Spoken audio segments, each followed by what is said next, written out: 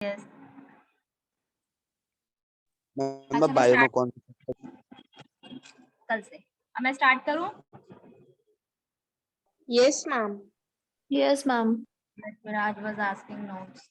विराज तुमने आप उसको मैसेज किया है प्रतिष्ठा को? And to me Yes. too. Bye.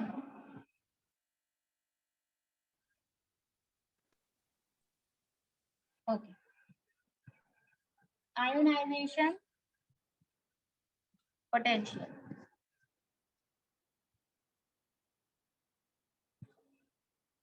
Ionisation potential कोई बताएगा क्या होता है? Ma'am, the amount of Ma'am, energy to remove an तो electron. एनर्जी रिक्वायर्ड है एक इलेक्ट्रॉन को मूव करने के लिए जब कोई And the element amount of के लिए- energy required to remove an electron from the last shell of an atom, which is the valence shell. ठीक है, देखो ये है हमारे पास अभी एक न्यूक्लियस, ठीक है, इसमें होगा पॉजिटिव चार्ज, यहाँ पे है अभी हमारे पास इलेक्ट्रॉन, ठीक है। तो किसी एटम से, किसी भी एटम से जब हम क्या करते हैं बेटा, इलेक्ट्रॉन को रिमूव करते हैं, यानी इलेक्ट्रॉन को निकालते हैं, तो इलेक्ट्रॉन को रिमूव करने के लिए जिस एनर्जी की रिक्वायरमेंट हमें होगी उसको क्या कहेंगे? Ionization potential. कहा, मैं फिर से थ्योरी समझा देती हूँ पहले। We know that the electron in an atom are attracted by the positively charge nucleus. देखो बेटा, हमें पता है कि जो न्यूक्लियस होता है, जो सेंटर में प्रेजेंट है, वो पॉजिटिवली चार्ज, वो क्या करेगा? इलेक्ट्रॉन को अपनी तरफ अट्रैक्ट करता है। तो अगर हम इलेक्ट्रॉन को एटम से रिमूव करना चाहेंगे तो कोई ना कोई एनर्जी की हमें नीड होगी, ताकि जो इन दोनों के बीच में अट्रैक्शन है वो वीक पड़ जाए और ये इलेक्ट्रॉन बाहर निकल जाए, ठीक है।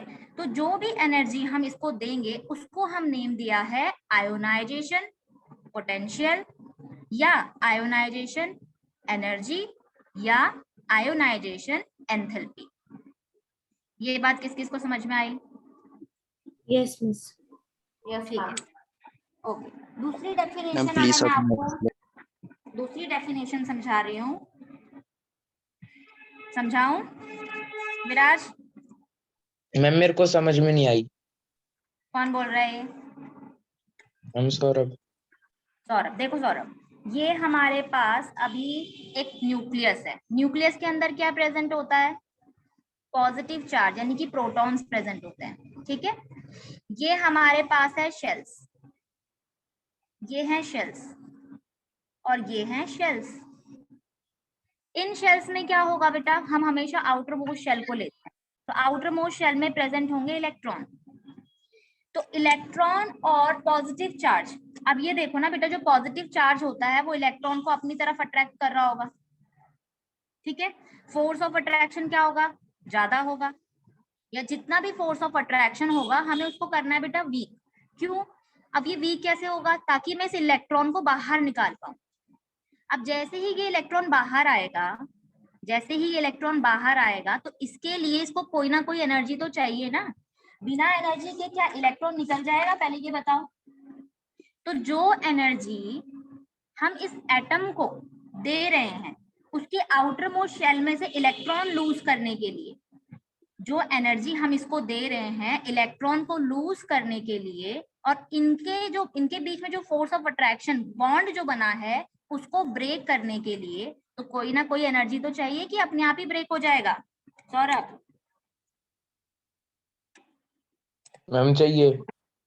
तो उस एनर्जी को उस बॉन्ड को ब्रेक करने के लिए, ताकि जो ये इलेक्ट्रॉन है बाहर निकल जाए, तो जिस भी एनर्जी की हमें नीड होती है उसको कहा जाता है आयोनाइजेशन पोटेंशियल, या आयोनाइजेशन एनर्जी, या आयोनाइजेशन एंथैल्पी। तीनों एक ही नेम है। अब समझ में आया? मैम लास्ट वाला क्या बताया? एंथैल्पी बेटा, तीनों Okay. एक ही नेम है, ठीक है सौरभ?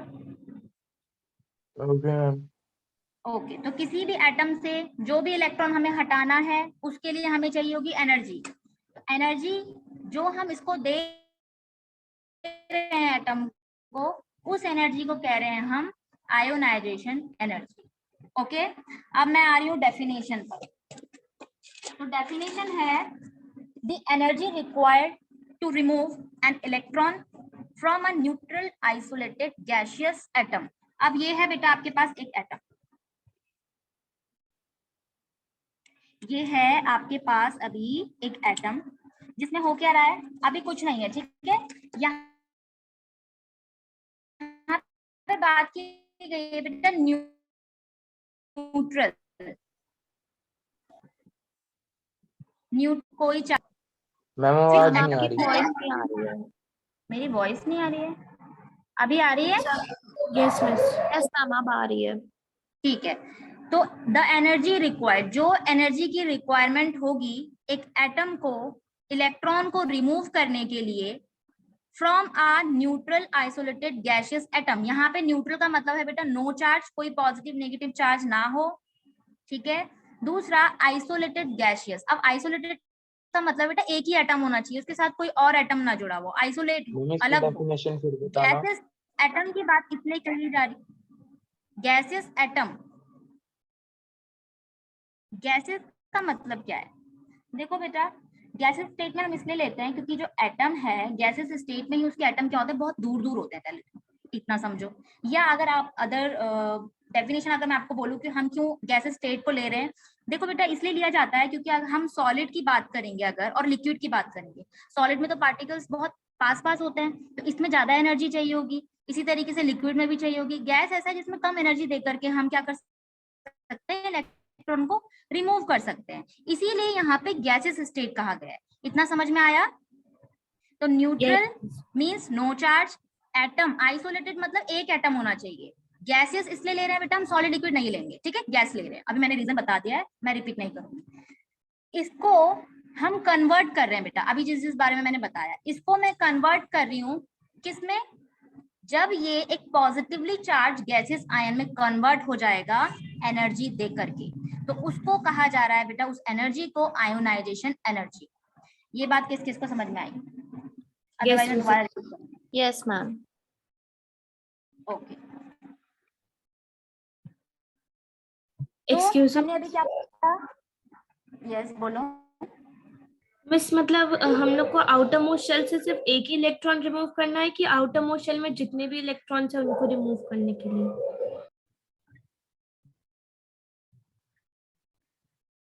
ओके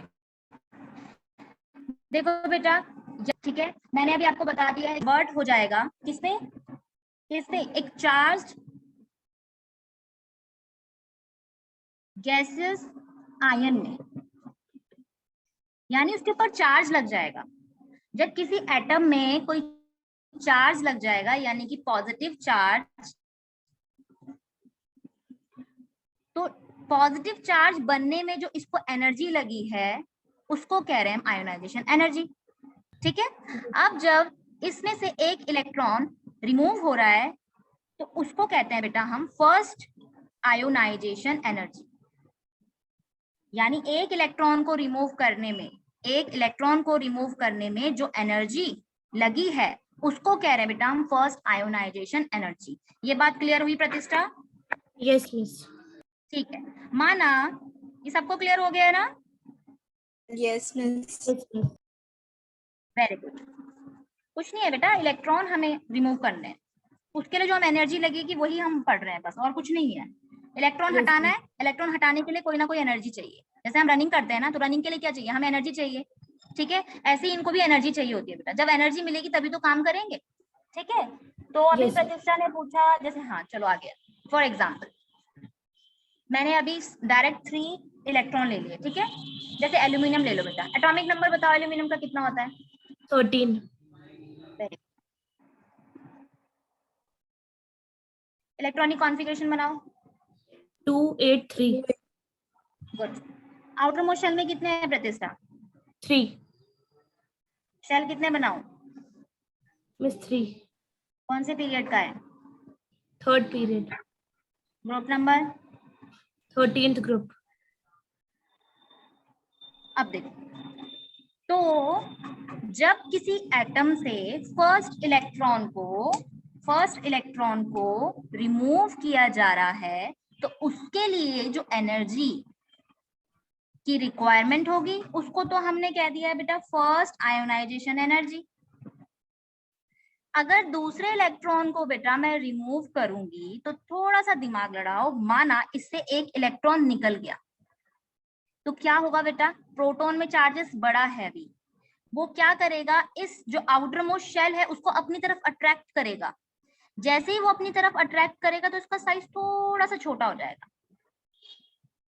यस अब जैसे ही इसका साइज थोड़ा सा छोटा हुआ बेटा, क्या होगा, इन पर जो पॉजिटिव चार्ज है उनको बहुत स्ट्रांगली अपनी तरफ अट्रैक्ट कर रहा होगा।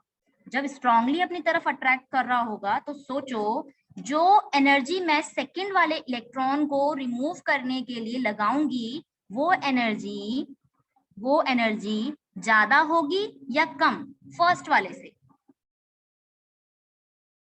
ज्यादा होगी। क्या ज्यादा होगी, ज्यादा। सोचो ना बेटा, खुद से मैंने भी क्या बोला, साइज छोटा हो गया है, यानी कि इसने इसे और अच्छे से पकड़ लिया है ताकि ये 2 इलेक्ट्रॉन भी ना जा पाए। लेकिन जैसे ही मैंने इसमें एनर्जी ज्यादा लगाई तो जो सेकंड इलेक्ट्रॉन है वो भी बाहर निकल गया। तो जो सेकंड इलेक्ट्रॉन को बाहर निकालने के लिए जितनी एनर्जी लगाई गई है उसको नेम दिया गया सेकंड आयोनाइजेशन एनर्जी। ये बात समझ में आई? Yes miss. अब देखो Yes, बेटा, इसमें से निकल गया है 2 इलेक्ट्रॉन, अब बचा थर्ड लास्ट, तो ये और कोशिश करेगा उसको अपनी तरफ पकड़ने की, तो ये और थोड़ा सा, इतना ज्यादा नहीं, थोड़ा सा छोटा हो जाए, तो ये छोटा हो गया बेटा। यानी प्रोटॉन की जो पकड़ है इस इलेक्ट्रॉन में वो ज्यादा स्ट्रांग हो गई है। तो सोचो जो थर्ड इलेक्ट्रॉन को निकालने के लिए मैं एनर्जी लगाऊं या कम, मिस ज्यादा। जल्दी ज्यादा होगा। ठीक है, तो आयोनाइजेशन एनर्जी ज्यादा होगी। तो थर्ड इलेक्ट्रॉन को निकालने के लिए जो एनर्जी हमने लगाई है या जो एनर्जी हमने इसको दी है उसको कह रहे हैं बेटा थर्ड आयोनाइजेशन एनर्जी। प्रतिष्ठा क्लियर हो गया? यस मिस आ गया। देखिए यहाँ पे इसलिए मैंने समझा दिया है, लेकिन जो आपके कोर्स का नहीं होगा वो नहीं समझा रही होगी। ठीक है, तो ये क्लियर हो गया? Yes miss. तो फिर से मैं एक बार और रिपीट कर देती हूँ, आयोनाइजेशन एनर्जी क्या होती है। किसी भी एटम से इलेक्ट्रॉन को जब हमें रिमूव करना होता है तो इलेक्ट्रॉन को रिमूव करने के लिए जितनी एनर्जी हमें लगती है, जितनी ताकत उसको लगती है, उसके लिए उसको कोई ना कोई एनर्जी तो चाहिए। उसी एनर्जी को हम कह रहे हैं बेटा आयोनाइजेशन एनर्जी। बात क्लियर? Yes miss. एक और चीज, अच्छा आप मुझे, जब मैंने इतना समझा ही दिया आपको तो एक और बात बताओ मुझे कि जो मैंने बताया आपको आयोनाइजेशन एनर्जी फर्स्ट, जो फर्स्ट इलेक्ट्रॉन को निकालने के लिए यूज हुआ, देन आयोनाइजेशन एनर्जी सेकंड और आयोनाइजेशन एनर्जी थर्ड। तो मुझे कोई ये बताओ, अगर मैं इसको बोलूं इंक्रीजिंग ऑर्डर में रखो या डिक्रीजिंग ऑर्डर में रखो, या बताओ किसकी आयोनाइजेशन एनर्जी ज्यादा होगी तो किसकी होगी? आंसर क्या है? मैम थर्ड वाले की। थर्ड वाले की। तो आप समझ में आ गया? Yes yes ma'am. Yes ma'am. कितने इलेक्ट्रॉन निकालने हैं, नंबरिंग भी आप वैसे दोगे। ठीक है, यस मिस। ओके। नेक्स्ट हम बढ़ रहे हैं किसकी तरफ, एक मिनट रुकना जरा। देखो M यहाँ पे मेटल को रिप्रेजेंट कर रहा है। आप कोई भी मेटल नहीं, कोई भी एलिमेंट ले सकते हो। ठीक है, गैसियस फॉर्म में होना चाहिए, अभी बता दिया है क्यों होना चाहिए। आयोनाइजेशन एनर्जी है, जैसे ही हमने इसको एनर्जी दी बेटा, इसमें से एक इलेक्ट्रॉन हट गया है, रिमूव हो गया है, तो वो अपने ऊपर ले लेता है पॉजिटिव चार्ज। क्या ले लेता है? Positive charge. ठीक है, और इसमें पॉजिटिव चार्ज यहाँ पे बेटा ये जो है एनी एलिमेंट लिख देते हैं।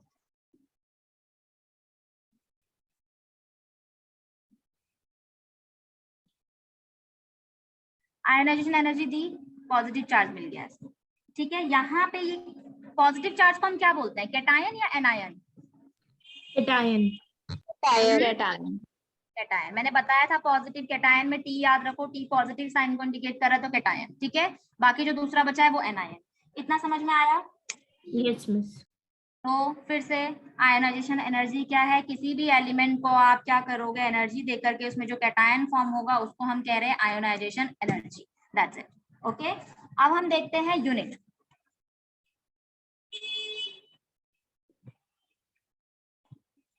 यूनिट है इसकी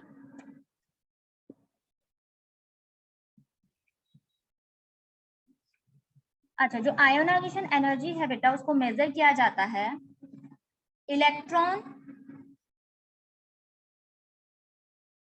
वोल्ट पर एटम। और एक और यूनिट है इसकी एसआई यूनिट, इसे लर्न कर लेना साथ साथ। हाँ, एसआई यूनिट है, अभी पूछूंगी लास्ट में, किलो जूल पर मोल। अभी फिलहाल आपको इतना पढ़ना है, ठीक है, किलो जूल पर मोल, या आप इसको इस तरीके से भी लिख सकते हो, किलो जूल।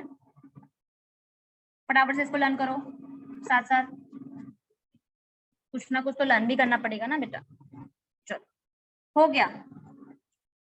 यूनिट क्या है इसकी? मेरे पास दूसरी बुक है। यूनिट है आयोनाइजेशन एनर्जी को मेजर करने के लिए जो यूनिट्स यूज होती है, जैसे कि आपने स्पीड की देखी है, ठीक है, जैसे आपने किसकी देखी है, टाइम की देखी है, यूनिट होती है। तो हर किसी की यूनिट है ना बेटा, इसी तरीके से आयोनाइजेशन एनर्जी की भी एक यूनिट होती है, ठीक है। वो कौन कौन सी है? एक है इलेक्ट्रॉन वोल्ट पर एटम, एक एटम की बात हो रही है, यहाँ पे हो रही है ऐसा unit kilo joule per mole, यहाँ पे मोल की बात हो रही है, एक मोल में बहुत सारे एटम्स होंगे, यहाँ पे एक एटम है, मोल में बहुत सारे एटम है, ठीक है। ये क्लियर हो गया? Yes miss. Yes ma'am. अब हम देखेंगे बेटा जो आयोनाइजेशन एनर्जी है, यानी किसी इलेक्ट्रॉन को रिमूव करने के लिए जो एनर्जी लग रही है उसको हम आयोनाइजेशन एनर्जी कह रहे हैं। बट ये डिपेंड किस में होती है? तो जो डिपेंड किस में होती है, फर्स्ट अगेन हम रिपीट वही कर रहे हैं बार बार, एटॉमिक साइज पर फर्स्ट, और सेकंड है न्यूक्लियर चार्ज।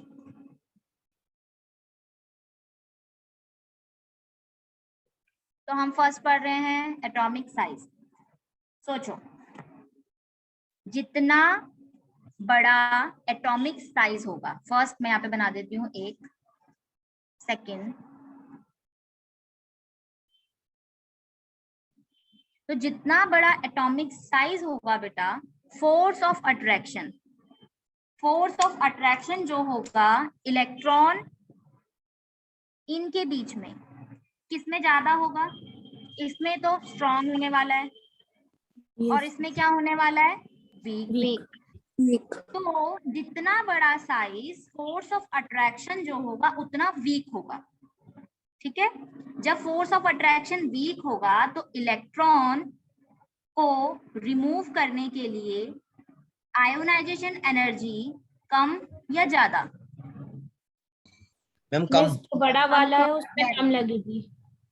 ठीक है, आयोनाइजेशन एनर्जी यहाँ पे कम लगने वाली है। खुद से सोचो बेटा, प्रोटॉन और न्यूक्लियस एंड इलेक्ट्रॉन के बीच में जो अट्रैक्शन है, फोर्स ऑफ अट्रैक्शन, वो है अभी वी। इसको थोड़ी सी एनर्जी अगर मिल गई तो अपने आप ही ब्रेक हो जाएगा, लेकिन ये स्ट्रांग है बेटा, इसको ज्यादा जरूरत है अभी, है ना। तो जितना बड़ा एटॉमिक साइज होगा, जितना बड़ा एटॉमिक साइज होगा उतना फोर्स ऑफ अट्रैक्शन वीक होगा, और जितना फोर्स ऑफ अट्रैक्शन वीक होगा आयोनाइजेशन एनर्जी यानी कि आईई हमें कम देनी पड़ेगी, यानी कम एनर्जी देकर के इलेक्ट्रॉन बाहर निकल सकता है, ठीक है। क्लियर? मैम एक और बता, क्या बताना है बेटा? मैम ये वाला पॉइंट ही करो। चलो एक बात बताओ आकृति, चलो ये समझ में नहीं आया? मैम मीटिंग लेफ्ट हो गई थी, नेट स्लो था।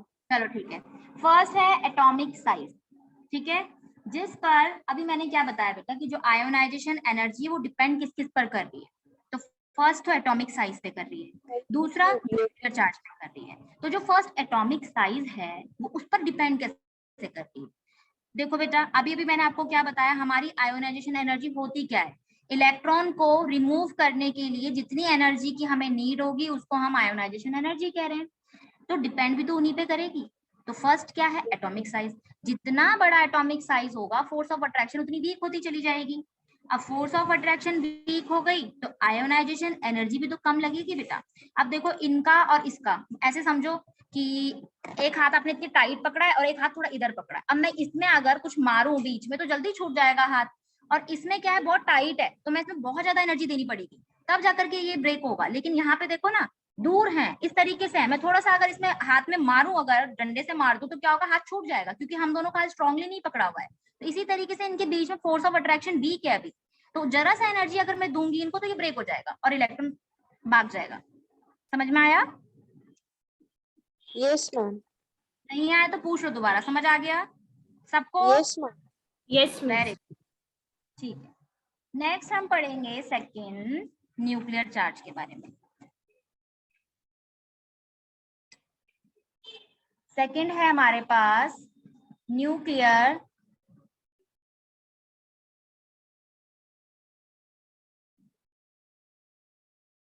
चार्ज।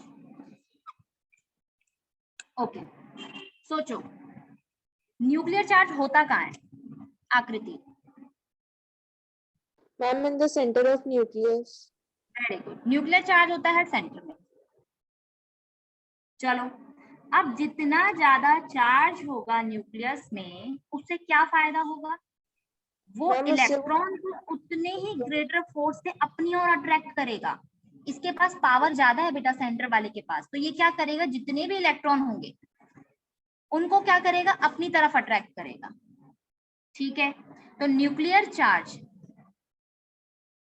जितना ज्यादा, यानी कि प्रोटॉन्स पॉजिटिव चार्ज जितना ज्यादा होगा वो इलेक्ट्रॉन को अपनी तरफ अट्रैक्ट कर सकता है। और जब अट्रैक्ट कर रहा है बेटा अपनी तरफ, तो सोचो उसको आयोनाइजेशन एनर्जी ज्यादा चाहिए या कम चाहिए?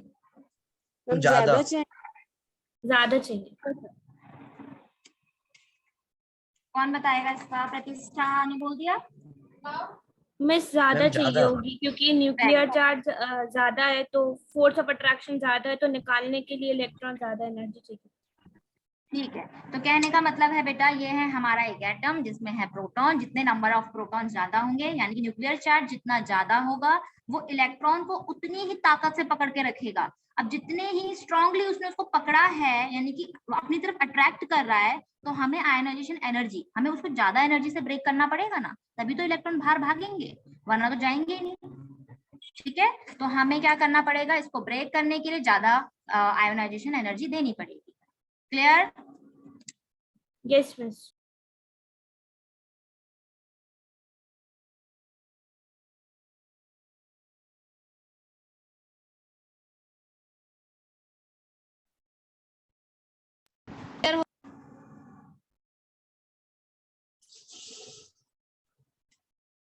नेक्स्ट हम बढ़ रहे हैं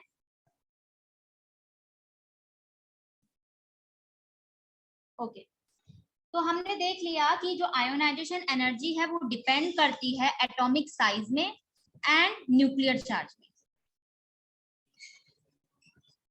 ठीक है, सेकंड अब हम पढ़ रहे हैं ट्रेंड्स इन आयोनाइजेशन एनर्जी। मेरी आवाज आ रही है? यस मिस आ रही है। मिस अब नहीं आ रही है। क्या अब तक? Trends in ionization energy. मेरी आवाज आ रही है? Yes miss. Yes ma'am. Okay, अब हमने देख लिया बेटा कि आयोनाइजेशन एनर्जी क्या होती है, उसकी यूनिट्स क्या होती है, और आयोनाइजेशन एनर्जी डिपेंड दो चीजों पे करती है, atomic size and nuclear charge. ठीक है, तो फर्स्ट है हमारे पास, अब हम पढ़ रहे हैं बेटा ट्रेंड इन आयोनाइजेशन एनर्जी। ट्रेंड क्या है? अक्रॉस अ पीरियड जाने में क्या होने वाला है, और डाउन अ ग्रुप जाने में क्या होने वाला है। देखो बेटा इसमें कुछ एक्सेप्शन है, वो आपकी क्लास में अभी नहीं है, तो मैं उसे डिटेल में भी नहीं समझाऊंगी। ओके, तो हम स्टार्ट करते हैं ionization energy across a period. क्योंकि अगर मैं इसको समझाने बैठी तो हमें एसपीडीएफ वगैरह सब पढ़ना पड़ेगा, जो आपके पास अभी नहीं है बेटा। ब्लॉक्स पढ़ने पड़ेंगे कि कितने इसमें आ सकते हैं, कितने पी में आ सकते हैं, तो वो आपके पास नहीं है बेटा, तो ये वेस्ट ऑफ टाइम है। ओके, तो अब अक्रॉस अ पीरियड जाने में क्या होगा? देखो बेटा, अगर मैं बात करूं, फर्स्ट लिखा है इसमें, इसमें भी एक्सेप्शन है लेकिन मैं लिख लेती हूँ पहले। ठीक है, कोई भी आप एलिमेंट ले लो किसी भी पीरियड का, फिलहाल के लिए एक पीरियड ले लो कोई सा भी। तो मैं ले रही हूँ lithium, beryllium, boron, carbon, nitrogen, oxygen, fluorine and neon. अब होना क्या चाहिए बेटा, जो आयोनाइजेशन एनर्जी है, जब हम लेफ्ट टू राइट जाएंगे तो यहाँ पे जो एटम का साइज है, अभी तो ये है इतना बड़ा, फिर धीरे धीरे क्या होने वाला है बेटा, ये छोटा, स्मॉल होने वाला है। इस तरीके से मैंने बहुत ज्यादा छोटा बना दिया है। ठीक है, अब हो रहा है साइज यहाँ पे छोटा बेटा, तो छोटा होने से क्या होगा,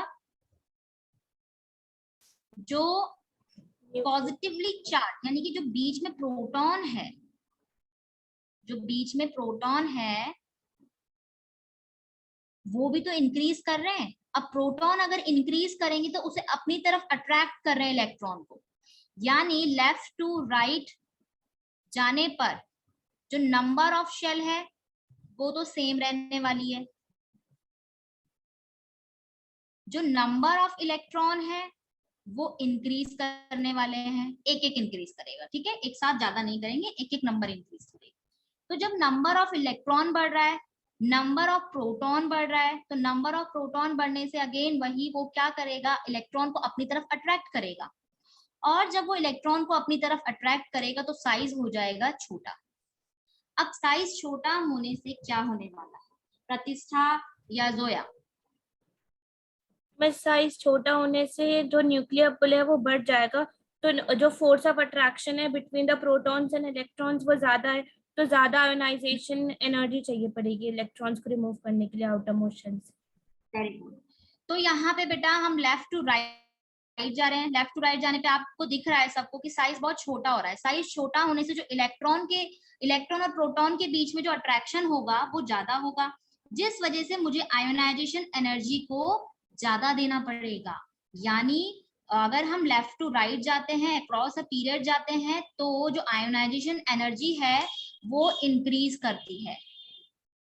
आयोनाइजेशन एनर्जी क्या करती है, इंक्रीज करती है जब हम लेफ्ट टू राइट जाते हैं। बट इसमें भी बेटा कुछ एक्सेप्शन है, यानी अगर हम बात करें इसी पीरियड की, तो यहाँ पे है वो क्या रहा है बेटा, अगर आप अच्छे से अपनी बुक में देखोगे तो लिखा हुआ है वहां पे ionization energy in kilo joule per मोल।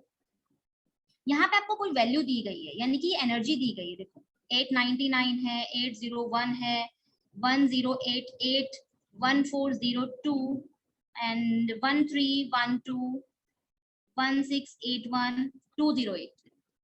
अब देखो इसको एनर्जी जितनी दी गई है वो है 520, फिर इंक्रीज हुई एनर्जी, फिर डिक्रीज हुई है, फिर इंक्रीज हुई, फिर इंक्रीज हुई, फिर डिक्रीज हुई है, फिर इंक्रीज हुई है और फिर इंक्रीज हुई है। तो आपको दिख रहा है बेटा पहले इंक्रीज हुई है, फिर डिक्रीज हो रही है, फिर इंक्रीज हो रही है।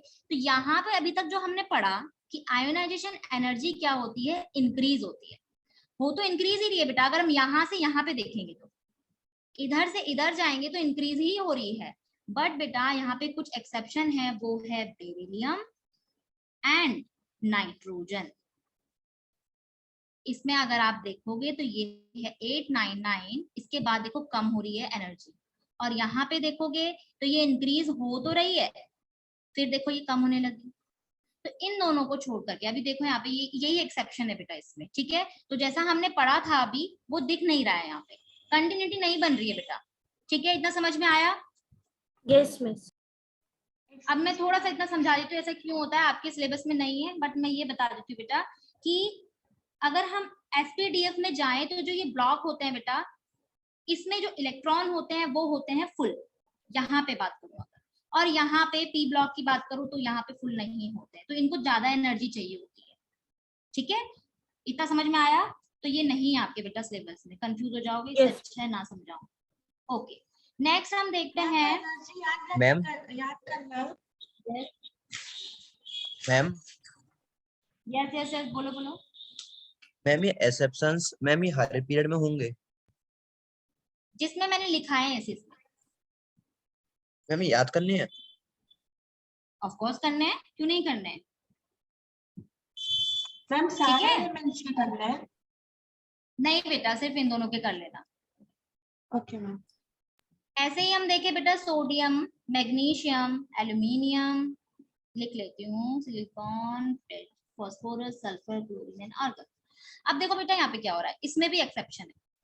यहाँ पे कहाँ पे है बेटा, एक तो आपके पास मैग्नीशियम में है और एक आपके पास फास्फोरस में है, तो ये भी आपको पढ़ना होगा, ठीक है। इसमें भी वही है, एसपीडीएफ आप 11th क्लास 12th क्लास में पढ़ने वाले हो, वहां पे आपको ये ज्यादा समझ में आएगा। बस आपको अभी ये देखना है कि थर्ड पीरियड में इनमें एक्सेप्शन है, अदरवाइज लेफ्ट टू राइट जाने पर जो आपकी आयोनाइजेशन एनर्जी है वो क्या हो रही है, इंक्रीज हो रही है, बात समझ में आ गई इतना? Yes miss. ओके, अब हम देखते हैं बेटा डाउन अ ग्रुप जाने पर क्या हो रहा है। डाउन अ ग्रुप जाने पर क्या हो रहा है?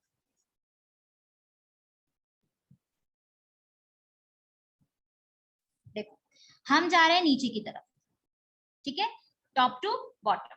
तो डाउन अ ग्रुप जाने पे क्या होगा? फिर वही number of shells increase increase increase and increase. Number of shells increase होंगे तो क्या होगा? फिर से प्रोटॉन और इलेक्ट्रॉन यानी कि न्यूक्लियस और इलेक्ट्रॉन के बीच में जो डिस्टेंस है वो ज्यादा हो जाएगी। डिस्टेंस ज्यादा होने से जो फोर्स ऑफ अट्रैक्शन है वो पड़ जाएगा वीक, ठीक है। फोर्स ऑफ अट्रैक्शन अगर वीक होगा तो इलेक्ट्रॉन को हम कम एनर्जी से बाहर निकाल सकते हैं या ज्यादा एनर्जी से? कम एनर्जी से।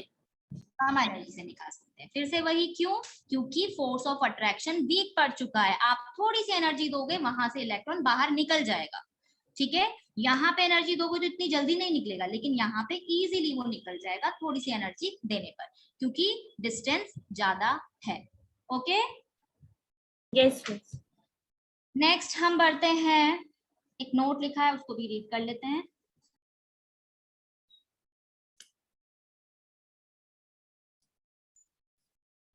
देखो, इसमें लिखा है कि helium will have the highest ionization energy.